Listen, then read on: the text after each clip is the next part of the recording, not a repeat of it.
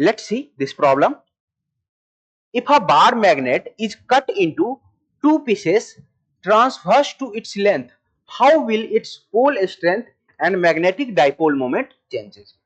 तो स्टूडेंट्स हमें ऐसा बोला जा रहा है कि हमारे पास एक बार मैग्नेट है इस तरीके से। चलिए इसकी जो एक्सिस है वो कुछ इस तरीके से हम बना दे रहे हैं। इसकी एक्सिस ये रही, इसकी एक्सिस, ठीक है। अब इस एक्सिस के परपेंडिकुलरली, इस एक्सिस के ट्रांसवर्स डायरेक्शन में यानी परपेंडिकुलर डायरेक्शन में इस बार मैग्नेट को दो भागों में बांट दिया गया है, कट इनटू टू पीसेस। तो चलिए इसको दो भागों में बांट देते हैं। इसको दो भागों में इस तरीके से काट दिया। तो हमें बोला जा रहा है कि इसकी मैग्नेटिक स्ट्रेंथ पे क्या फर्क पड़ेगा, पोल स्ट्रेंथ पे क्या फर्क पड़ेगा और इसकी मैग्नेटिक डाइपोल मोमेंट पे क्या फर्क पड़ेगा, है ना।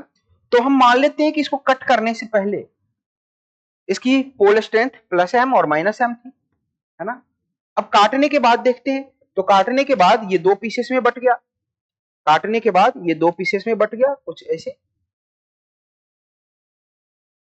एक ये रहा और दूसरा ये रहा। काटने के बाद ये दो पीसेस में बट गया। अब अगर हम इसको इस तरीके से कट कर रहे हैं तो इसका क्रॉस सेक्शन एरिया चेंज नहीं होगा, यानी कि अगर यहाँ पे इसका क्रॉस सेक्शन एरिया ए है तो इसका भी क्रॉस सेक्शन एरिया ए ही रहेगा और इसका भी क्रॉस सेक्शन एरिया कितना रहेगा, ए। अब बच्चों ये जो मैग्नेटिक पोल स्ट्रेंथ होती है ना वो एरिया के प्रोपोर्शनल होती है। वो किसके प्रोपोर्शनल होती है, एरिया के। अगर हम एरिया चेंज नहीं कर रहे हैं तो ये मैग्नेटिक पोल स्ट्रेंथ भी चेंज नहीं होगी। तो एरिया तो सेम है, इसका मतलब यहां भी क्या होगा, प्लस एम होगा, ठीक है। अब यहां पे जैसे ही प्लस एम है और इसको हमने कट किया तो यहां ऑटोमेटिकली कितना आ जाएगा, माइनस एम आ जाएगा। यहाँ पे प्लस एम आ जाएगा और यहाँ पे माइनस एम, है ना। चलिए अब बात कर लेते हैं मैग्नेटिक डाइपोल मोमेंट की। तो यहां पे अगर आप मैग्नेटिक डाइपोल मोमेंट m1 लिखोगे तो क्या लिखोगे, m इंटू इसकी टोटल लेंथ, ठीक है। तो टोटल लेंथ हम कितना बोल लेते हैं, l, तो m इंटू l। लेकिन अब यहां पे अगर मैं इसकी मैग्नेटिक मोमेंट लिखूं तो मैं क्या लिखूंगा, m इंटू l बाई 2, ठीक है। तो हम देख सकते हैं कि स्ट्रेंथ तो सेम रह गई, पोल स्ट्रेंथ तो सेम रह गई, लेकिन मैग्नेटिक मोमेंट क्या हो गया है, आधा हो गया है ना। चलिए तो हम यहाँ पे क्या लिख सकते हैं, पोल स्ट्रेंथ रिमेन्स सेम,